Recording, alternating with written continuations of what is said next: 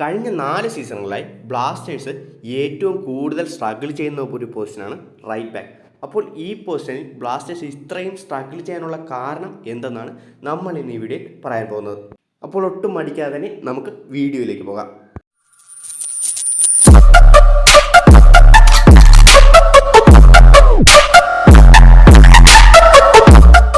Hello guys, എല്ലാ കൂട്ടുകാർക്കും J sports മലയാളത്തിന് പുതിയൊരു വീഡിയോയിലേക്ക് സ്വാഗതം.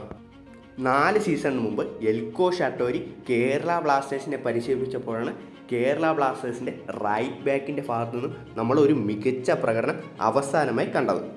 മുഹമ്മദ് റാക്കിബ് ആയിരുന്നു അന്ന് ബ്ലാസ്റ്റേഴ്സിൻ്റെ റൈറ്റ് ബാക്കിൽ മികച്ച പ്രകടനം കാഴ്ചവെച്ചത്. എന്നാൽ ബ്ലാസ്റ്റേഴ്സിന് അദ്ദേഹത്തെ നിലനിർത്താൻ സാധിച്ചില്ല. അടുത്ത സീസണായപ്പോൾ അദ്ദേഹം മുംബൈ സിറ്റിയിലേക്ക് പോവുകയാണ് ചെയ്തത്. ഈ നീക്കം ആരെയും വലുതായി വേദനിപ്പിച്ചിരുന്നില്ല. അതിന് കാരണമെന്ന് പറഞ്ഞാൽ അടുത്ത സീസണിലേക്ക് ബ്ലാസ്റ്റേഴ്സ് സൈൻ ചെയ്തത് ഇന്ത്യയുടെ തന്നെ ഏറ്റവും മികച്ച ആ സമയത്തെ റൈറ്റ് ബാക്കായ നിഷു കുമാറിനെയാണ്. ഒരു റെക്കോർഡ് ട്രാൻസ്ഫർ ഫീക്കാണ് അന്ന് നിഷു കുമാറിനെ കേരള ബ്ലാസ്റ്റേഴ്സിലേക്ക് ബ്ലാസ്റ്റേഴ്സ് എത്തിച്ചത്. എന്നാൽ അന്ന് കിബൂബ് കൂനയുടെ അണ്ടറിൽ പരിക്കുകൾ കാരണം തന്നെ നിഷു കുമാറിന് വലിയ ഗെയിം ടൈമൊന്നും കിട്ടിയിരുന്നില്ല. എന്നാൽ അന്ന് നിഷു കുമാറിൻ്റെ അഭാവത്തിൽ ബ്ലാസ്റ്റേഴ്സിന് വേണ്ടി റൈറ്റ് ബാക്ക് സ്ഥാനത്ത് കളിച്ചത് സന്ദീപ് സിംഗ് ആണ്.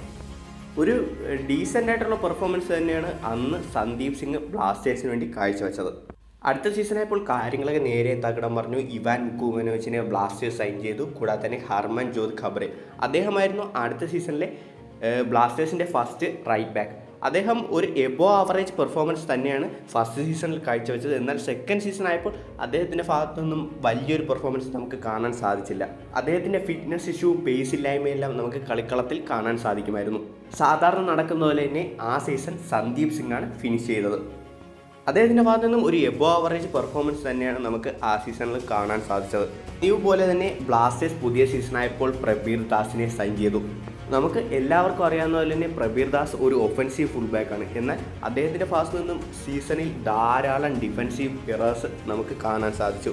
എന്നാൽ അദ്ദേഹത്തിൻ്റെ ഭാഗത്തു നിന്നും ഒഫൻസിൽ ഒരു കോൺട്രിബ്യൂഷൻ നൽകാനും ഈ സീസണിൽ അദ്ദേഹത്തിന് കഴിഞ്ഞിരുന്നില്ല.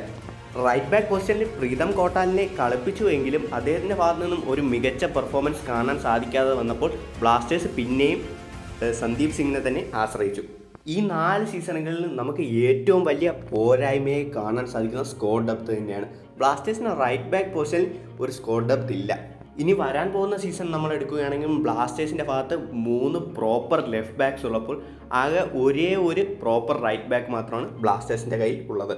ഇത് വലിയൊരു പോരായ്മ തന്നെയാണ്. കഴിഞ്ഞ സീസണിൻ്റെ ലാസ്റ്റ് 2 ഗെയിംസ് നമ്മൾ നോക്കുകയാണെങ്കിലും നവോച്ചയ്ക്ക് റെഡ് കാർഡ് കിട്ടിയപ്പോൾ സന്ദീപ് സിംഗ് ലെഫ്റ്റ് ബാക്കിലേക്ക് പോകേണ്ടി വരുന്നപ്പോൾ പിന്നെ റൈറ്റ് ബാക്ക് പൊസിഷനിൽ കളിച്ചത് നമ്മുടെ സെൻറ്റർ ബാക്കായ ഹോർമിപ്പാമാണ്. ഇതിന് ഇനിയും ഒരു പരിഹാരം കണ്ടെത്തിയില്ലെങ്കിൽ അടുത്ത സീസണിലും ബ്ലാസ്റ്റേഴ്സിന് ഇതേ പ്രശ്നം തന്നെ വലിയൊരു തലവേദനയായി മാറുന്നതാണ്.